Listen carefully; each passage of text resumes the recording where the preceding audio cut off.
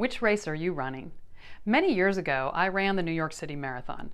Now, prior to running that race, I never considered myself a runner before because I was just very inconsistent at best. I ran a little bit in college, mainly after I felt like I had just eaten too much junk food. And after college, I was so busy with my career that I just basically gave up exercise altogether. And let's face it, when you're in your 20s, that's an indulgence that you can afford to make. The minute I hit 30, it seemed like every dessert I ate stayed on my body for far longer than it did before, and that is when I became a runner.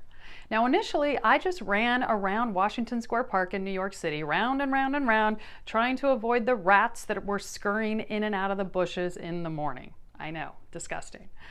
But one November, I actually watched the New York City Marathon. And I had never really been a spectator before, even though I knew about it and I had lived in the city for years. But now that I was a runner, it sparked a new interest for me. And it's incredibly amazing to see thousands of people running through the streets of New York City on their quest to finish 26.2 miles. What was even more incredible was that a lot of people running the race were blind or in a wheelchair, and many of them looked incredibly out of shape. And I remember thinking to myself, what's my excuse? I'm young, I'm healthy. If these people can do it, I certainly can. And that was the point at which my marathon goal was created. Now, if you've been in business for more than a year, you know that business is a game. And if you compare it to running, it's a lot like a marathon.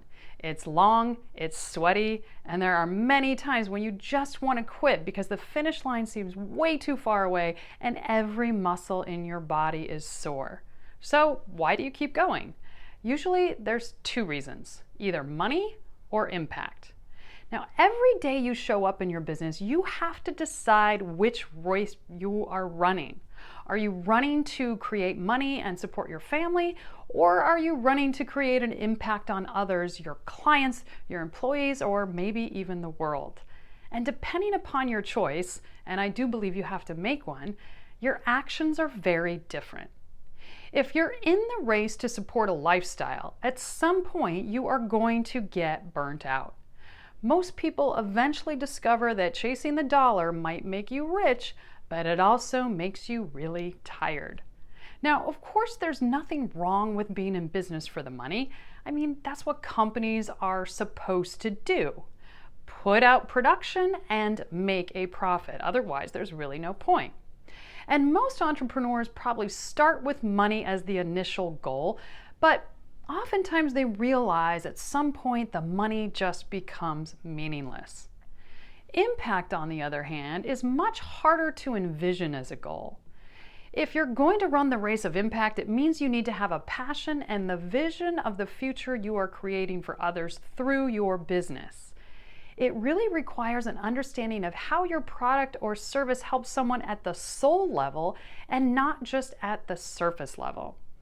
This became really apparent to me about 10 years ago when I was still running my sales training company.